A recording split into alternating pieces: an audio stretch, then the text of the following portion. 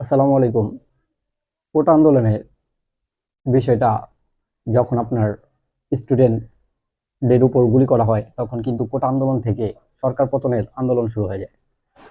তো এই সরকার পতন আন্দোলনের মাঝে আপনার সবাই যখন একভাবে তার পতনের জন্য আক্রমণ করছিল তখন কিন্তু সে আর বুঝে উঠতে পারেনি কিছু, তো সব পদত্যাগ করছে। কিন্তু তার পদত্যাগের পর বাংলাদেশে যে অরাজকতা সৃষ্টি হয়েছে সেটা হচ্ছে আপনার হিন্দুদের সাথে যে ব্যবহারগুলো করা হচ্ছে বা হিন্দু মুসলিম ভাগ করার জন্য সে তার দ্বিতীয় প্ল্যানটি কার্যক্রম করতে চেয়েছিল, কিন্তু আফসোসের বিষয় ওইভাবে সে কার্যকর করতে পারেনি।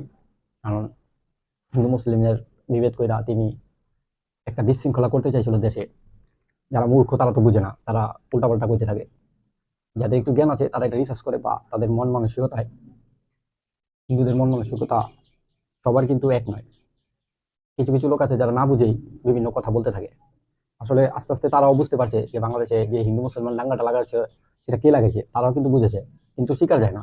খালি কয় আমরা জানি কে করছে কে করছে। তারা গিয়ে আন্দোলন করতেছে, 3 দিন 4 দিন আন্দোলন করছে, স্বাধীনতার আন্দোলন। তাহলে দেখেন ওই আন্দোলনে কাউকে কিন্তু কোনো আঘাত করা হয়নি। মুসলমানরা যদি মন্দির ভাঙতো তাহলে শাহবাগে জড়ো হয়েছিলেন, তখন কি আপনাদের ছেড়ে দিত?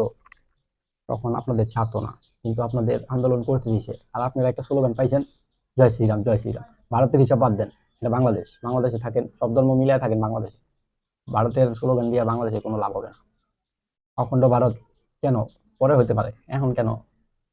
বুঝতে হবে। ধর্ম নিয়ে আপনারা যুদ্ধ শুরু করে দিয়েছেন, এটা একটা প্ল্যান যে ধর্ম নিয়ে যুদ্ধ লাগা দিবে।